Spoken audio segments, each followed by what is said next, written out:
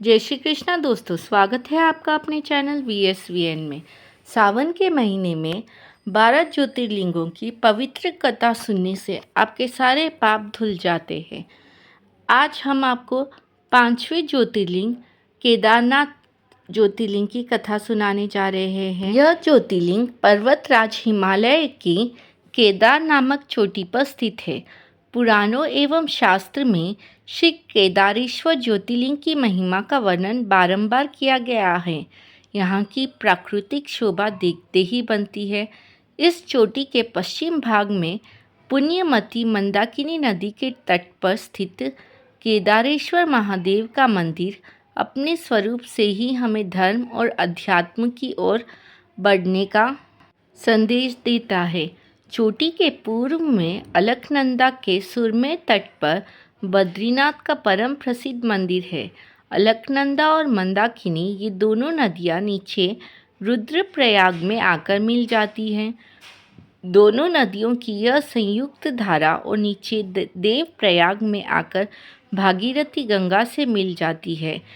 इस पवित्र ज्योतिर्लिंग की स्थापना के विषय में पुराणों में यह कथा वर्णित है कि अनंत रत्नों के जनक, अतिशय पवित्र तपस्वियों, ऋषियों, सिद्धों, देवताओं की निवास भूमि पर्वतराज हिमालय के केदार नामक अत्यंत शोभाशाली शृंग पर महातपस्वी श्री नर और नारायण ने बहुत वर्षों तक भगवान शिव को प्रसन्न करने के लिए बड़ी कठिन तपस्या की।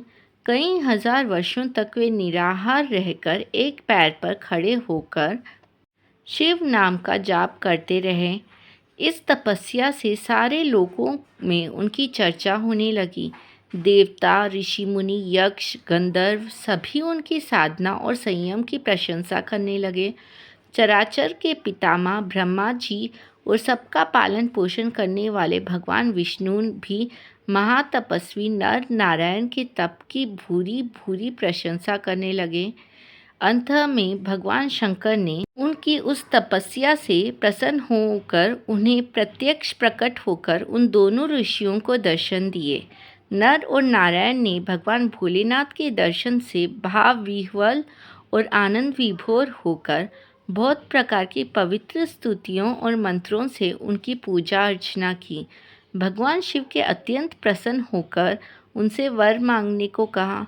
भगवान शिव की यह बात सुनकर दोनों ऋषियों ने उनसे कहा, देवादिदेव महादेव, यदि आप हम पर प्रसन्न हैं तो भक्तों के कल्याण हेतु आप सदा सर्वदा के लिए अपने स्वरूप को यहाँ स्थापित करने की कृपा करें।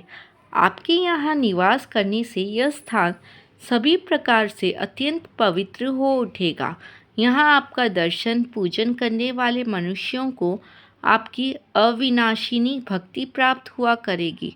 प्रभु, आप मनुष्यों के कल्याण और उनके उद्धार के लिए अपने स्वरूप को यहाँ स्थापित करने की हमारी प्रार्थना अवश्य ही स्वीकार करें। उनकी प्रार्थना सुनकर भगवान शिव ने ज्योतिर्लिंग के रूप में वहाँ वास करना स्वीकार किया। केदार नामक हिमालय शृंग पर स्थित होने के कारण इस ज्योतिर्लिंग को श्री केदारेश्वर ज्योतिर्लिंग के रूप में जाना जाता है। भगवान शिव से वर मांगते हुए नर और नारायण ने इस ज्योतिर्लिंग और इस पवित्र स्थान के विषय में जो कुछ कहा है वह अक्षरशः सत्य है।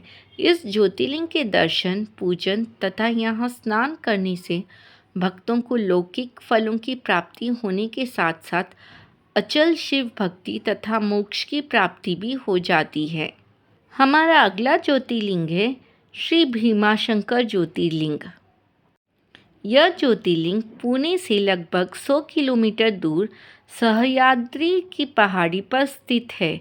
इसे भीमाशंकर भी कहते हैं। इस ज्योतिर्लिंग की स्थापना के विषय में शिव पुराण में यह कथा वर्णित है। प्राचीन काल में भीम नामक एक महाप्रतापी राक्षस था। वह कामरूप प्रदेश में अपनी माँ के साथ रहता था। वह महाबली राक्षस राज रावण के छोटे भाई कुंभकर्ण का पुत्र था, लेकिन उसने अपने पिता को कभी देखा नहीं था। उसके होश संभालने के पूर्व ही भगवान राम के द्वारा कुंभकर्ण का वध कर दिया गया था।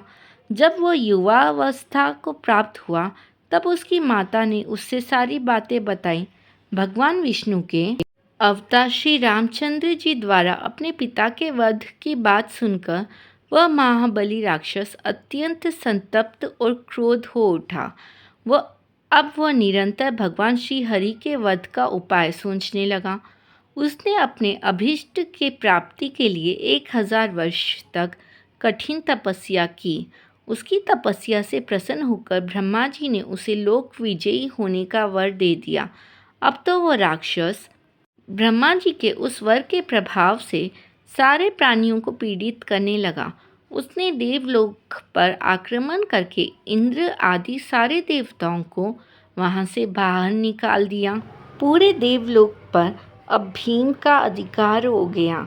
इसके बाद उसने भगवान श्री हरि को भी युद्ध में परास्त किया। श्री हरि को पराजित करने के पश्चात उसने काम रूप के परम शिव भक्त राजा सुदक्षिण पर आक्रमण करके उन्हें मंत्रियों अनुचरों सहित बंदी बना लिया। इस प्रकार धीरे धीरे उसने सारे लोगों पर अपना अधिकार जमा लिया। उसके अत्याचार से वेदों, पुराणों, शास्त्रों और स्मृतियों का सर्वत्र एकदम लोप हो गया। वह किसी को कोई भी धार्मिक कृत्य नहीं करने देता था। इस प्रकार यज्ञ, दान, तप, स्वाध्याय आदि के सारे काम एकदम रुक गए। भीम के अत्याचार की भीषणता से घबराकर ऋषि मुनि और देवगण भगवान शिव की शरण में गए और उनसे अपना तथा अन्य सारे प्राणियों का दुख कहा। उनकी यह प्रार्थना सुनकर भगवान शिव ने कहा, मैं शीघ्र ही उस अत्याचारी राक्षस का संहार करूंगा। उसने मेरे प्रिय भक्त काम रूप नरेश सुदक्षिण को भी सेवकों सहित बंदी बना लिया। वह अत्याचारी असुर अब और अधिक जीवित रहने का अधिकारी नहीं रह गया। भगवान शिव से यह आश्वासन पाकर ऋषि मुनि और देवगण अपने अपने स्थान को वापस लौट गए।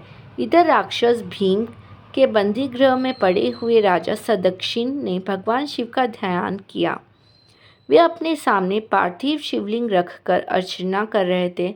उन्हें ऐसा करते देख क्रोधोन्मत्त होकर राक्षस भीम ने अपनी तलवार से उस पार्थिव शिवलिंग पर प्रहार किया, किंतु उसकी तलवार का स्पर्श उस लिंग से हो भी नहीं पाया कि उसके भीतर से साक्षात शंकर जी वहाँ प्रकट हो गए।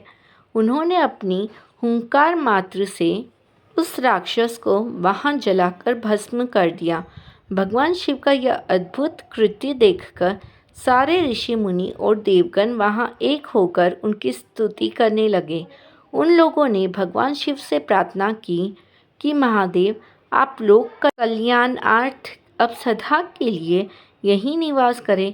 यह क्षेत्र शास्त्रों में अपवित्र बताया गया है। आपके निवास से यह परम पवित्र पुण्य क्षेत्र में बदल जाएगा। भगवान शिव ने सबकी यह प्रार्थना स्वीकार कर ली। वहाँ वह ज्योतिर्लिंग के रूप में सदा के लिए निवास करने लगे। उनका यह ज्योतिर्लिंग भीमेश्वर के नाम से विख्यात हुआ। शिव पुराण में यह कथा पूरे विस्तार से दी गई है। इस ज्योतिर्लिंग की महिमा अमोघ है। इसके दर्शन का फल कभी व्यर्थ नहीं जाता। भक्तों की सभी मनोकामनाएं यहाँ आकर पूर्ण हो जाती है। हर हर महादेव।